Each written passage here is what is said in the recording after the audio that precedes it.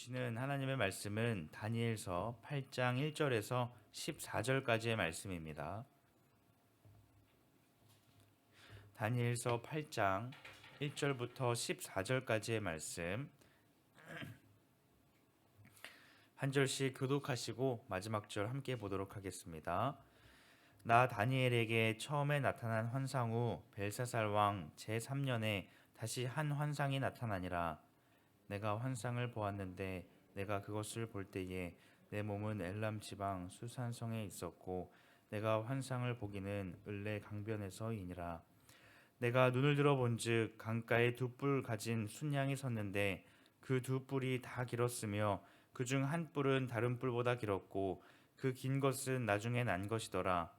내가 본즉 그 순양이 서쪽과 북쪽과 남쪽을 향하여 받으나 그것을 당할 짐승이 하나도 없고 그 손에서 구할 자가 없으므로 그것이 원하는 대로 행하고 강하여졌더라. 내가 생각할 때에 한 순념소가 서쪽에서부터 와서 온 지면에 두루 다니되 땅에 닿지 아니하며 그 염소의 두 눈 사이에는 현저한 뿔이 있더라.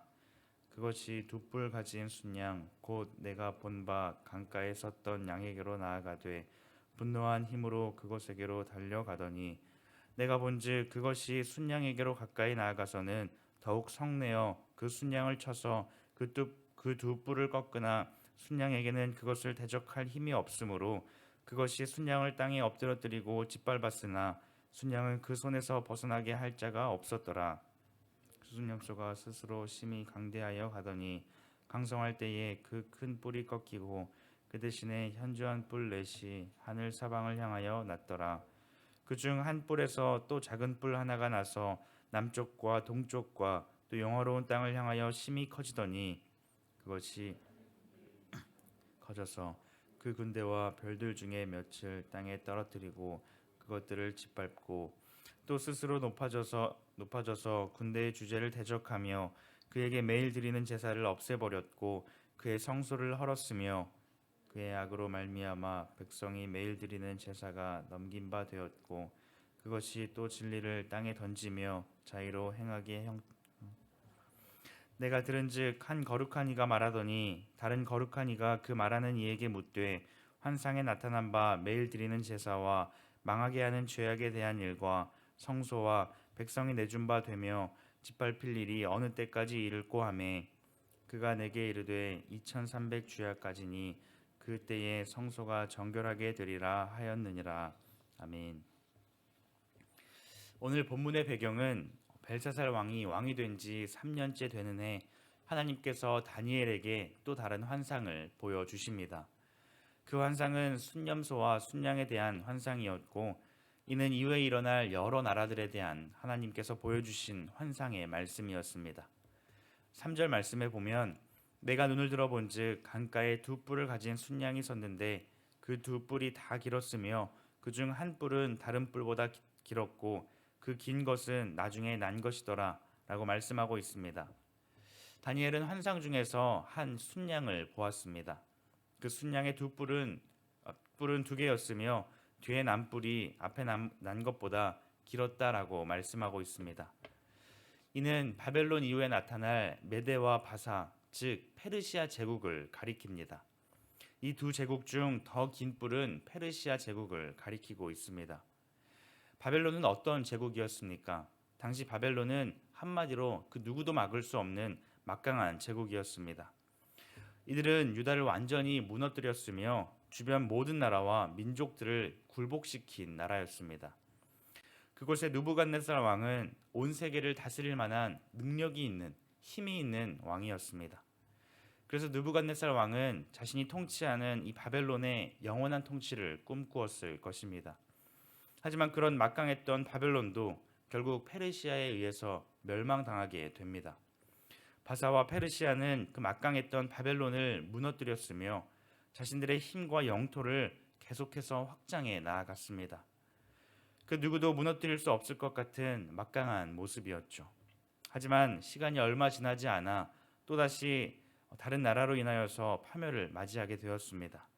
5절 말씀을 보면 내가 생각할 때에 한 순념소가 서쪽에서부터 와서 온 지면에 두루 다니되 땅에 닿지 아니하며 그 염소의 두 눈 사이에는 현저한 뿔이 있더라라고 말씀하고 있습니다. 두 번째로 묘사되고 있는 짐승은 순념소입니다. 순양의 설명에 비해서 더욱 강력하고 더욱 역동적이고 공격적이게 묘사하고 있습니다. 순념소가 서쪽에서 달려오는데 너무 빨라서 그 다리가 땅에 닿지 않는 것처럼 보였다라고 묘사하고 있습니다. 서쪽에서부터 목표를 향하여 달려오는 순념소는 순양을 들이받았고 그 두 뿔을 꺾어 버렸습니다. 그리고는 땅에 쓰러진 그 순양을 짓밟아 버렸습니다. 순양은 순념소의 공격에 대하여 아무런 대항도 하지 못하였고 결국 당해버리고 말았습니다. 조금 전 살펴본 것처럼 순양은 메대와 페르시아를 가리키고 있었습니다. 거칠 것이 없는 막강한 나라였죠. 하지만 그런 그들조차도 순념소 앞에서는 아무런 힘을 쓰지 못하는 그저 당할 수밖에 없는 처참한 모습을 보여주고 있습니다. 순념소는 그리스를 가리키며 그 두 눈 사이의 큰 뿔은 알렉산더 대왕을 가리키고 있습니다. 알렉산더는 전쟁의 신과도 같이 아주 거대하고 전쟁을 즐기기를 좋아하는 그런 왕이었습니다. 젊은 나이부터 죽을 때까지 전쟁을 쉬지 않았으며 역사상 가장 넓은 영토를 차지한 왕이었습니다. 그는 지성과 용맹을 겸비했던 아주 뛰어난 강자였습니다. 그래서 가는 곳마다 무력뿐만 아니라 자신의 이름으로 된 도시를 하나하나 만들어가며 넓혀갔습니다. 하지만 그가 강성하였을 때 갑작스럽게 세상을 떠나게 되었습니다. 순념소로 묘사되는 알렉산더 또한 그 힘이 정점에 도달했을 때에 죽음을 맞이하게 되었으며 그 자리에서 네 개의 큰 뿔로 나뉘게 되었습니다. 9절 말씀에는 그중 한 뿔에서 또 작은 뿔 하나가 나서 남쪽과 동쪽과 또 영화로운 땅을 향하여 심히 커지더니 라고 말씀하고 있습니다. 네 개의 뿔 중 한 뿔이 남쪽과 동쪽 또 영화로운 땅을 향하여서 커지고 있다라고 말씀하고 있습니다. 이곳에서 사용된 영화로운 땅은 예루살렘을 가리킵니다. 안티오쿠스 에피파네스는 이 그리스 문화를 전파하는 잘못된 사명감을 가지고 있었습니다. 그래서 그는 예루살렘을 점령한 후에 그곳에 제우스 신상을 세우게 되었습니다. 그리고 거기서 제우스에게 제사를 지내는 망령된 일을 행하였습니다. 여호와의 제사를 폐하여 버렸고 유대인들에게 가장 혹독한 핍박을 가하기 시작하였습니다. 매일 드리는 제사와 성소를 처참하게 짓밟았으며 당시 하나님의 백성들에게 심한 고통을 더욱 가하게 되었습니다. 그 말씀이 11절과 12절에 묘사되고 있습니다. 그럼에도 그들은 자신들에게 주어진 이 시간들을 힘든 고난의 시간들을 견뎌내기 시작했습니다. 그들이 이렇게 견딜 수 있었던 것은 하나님께서 이방 민족들에게 허락하신 그 시간에는 반드시 끝이 있기 때문입니다. 자신들이 당하는 고통이 영원한 고통이 아니라는 것을 그들은 믿고 있었기 때문에 그 힘든 고난의 시간들을 버텨낼 수 있었습니다. 사람들은 언제 이 일이 끝나느냐, 언제 이 고난이 끝나느냐라고 물었고 천사들은 2300주야라는 시간을 말씀하고 있습니다. 학자들 사이에서 이 숫자에 대한 해석은 의견이 분분하지만 분명한 것은 인간의 역사에는 반드시 끝이 있다라는 것입니다. 영원하지 않다라는 것을 말씀하고 있는 것이죠. 오늘 말씀을 통하여서 우리에게 주시는 교훈의 말씀이 바로 이것입니다. 오늘 말씀에는 여러 강대한 나라들이 등장하고 있습니다. 그 나라들은 정점을 찍은 강대한 나라들이었으며 모든 것을 휘하할 수 있을 만큼 강한 세력을 앞세웠습니다. 그 어떤 세력 앞에서도 무너질 것 같지 않은 강대한 나라였습니다. 하지만 그러한 나라들도 결국 다른 제국에 의하여서 멸망당하게 되는 그 모습을 보여주고 있습니다. 그리고 그들은 하나님의 백성들을 계속해서 핍박하였고 하나님의 영역까지 침범하는 잘못된 악한 모습을 보였습니다. 하지만 그 결과가 어떠합니까? 결국 그 나라는 영원하지 않다라는 것을 보여주고 있습니다. 우리가 보기에 하나님의 나라는 점점 약하여지고 점점 힘을 잃어가는 것 같지만 그 나라는 하나님께서 세우신 그 나라는 영원한 나라이며 점점 더 흥황하여 가는 하나님의 나라입니다. 왜 그렇습니까? 그 땅의 주인이 그 나라의 주인이 바로 전능하신 하나님이시기 때문입니다. 하나님께서는 자신의 나라를 포기하지 아니하시고 하나님께서 친히 세워 가십니다. 그러하기에 우리에게 찾아오는 이 세상의 권력과 유혹, 시험 앞에서도 흔들리지 않을 수 있기를 간절히 소망합니다.